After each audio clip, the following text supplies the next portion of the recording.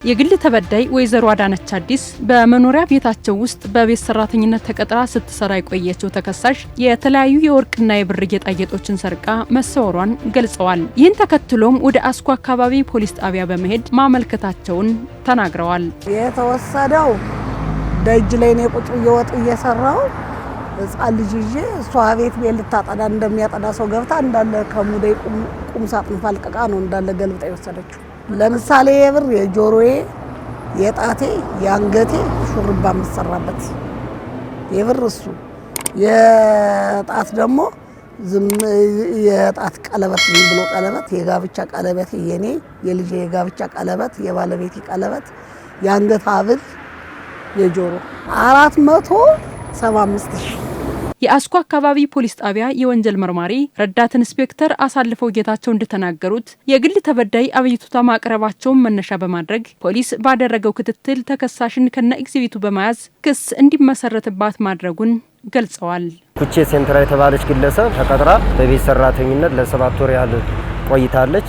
ነገር ግን የግል ተበዳዮች በቁም ሳጥን ውስጥ የተለያዩ ወርቅ፣ የጣት ቀለበት፣ የጆሮ ሐብል እንዲሁም የጆሮ ጌጥ ብሮች ተጠርጣሪዋ ቁም ሳጥን ውስጥ ከፍቶ በመውጣት ከቤት ውስጥ ተሰውራ ሌላ ጋር ወስዳ እቃዎችን አሽሽታለች በሚል ነው ምርመራ የጀመርነው።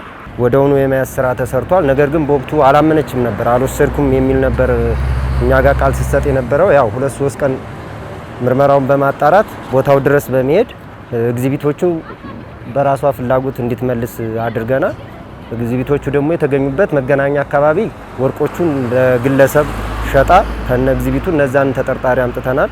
ብሮቹን ደግሞ አስኮ አካባቢ ብር ቤት ሄዳ በተለያዩ ቦታ ነው ሸጣቸው የነበረችው። የማስመለስ ስራ ሰርተናል።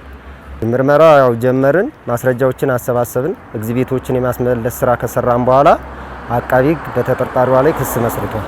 የፌዴራል የመጀመሪያ ደረጃ ፍርድ ቤት የመናገሻ ምድብ ሁለተኛ ወንጀል ችሎት በተከሳሿ ላይ የቀረበውን የክስ መዝገብ ተመልክቶ በ6 ዓመት ጽኑ እስራት እንድትቀጣ ውሳኔ ማስተላለፉን መርማሪው ጠቅሰዋል። ከተከሳሿ ላይ የተሰረቁ ንብረቶችን የገዙ ግለሰቦች በሕጉ መሰረት ተጠያቂ መሆናቸውን ረዳት ኢንስፔክተር አሳልፈው ገልጸዋል። ተጠርጣሪዎቹ ከሁለት ቦታ መገናኛ አካባቢ ወርቅ ቤት ከነበረ አምጥተን 2 ተጠርጣሪዎች ይዘናል። በእነሱ ላይም ያው በሂደት ላይ ነው ያለው። አቃቢ ክስ ይመሰርታል።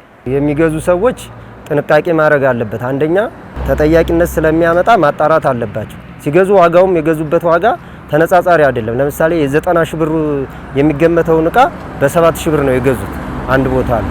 ይሄ ማለት የተሰረቀ መሆኑ ያስታውቃል ማለት ነው። ስለዚህ ግምት ውስጥ በማስገባት ጥንቃቄ ማድረግ አለባቸው። አመጣጡን ማረጋገጥ አለባቸው ነው የምለው። አሰሪዎች ውድ የሆኑ ንብረቶቻቸውን አስተማማኝ በሆነ ቦታ በማስቀመጥ መሰል የወንጀል ድርጊቶችን መከላከል እንደሚገባቸው ተገልጿል።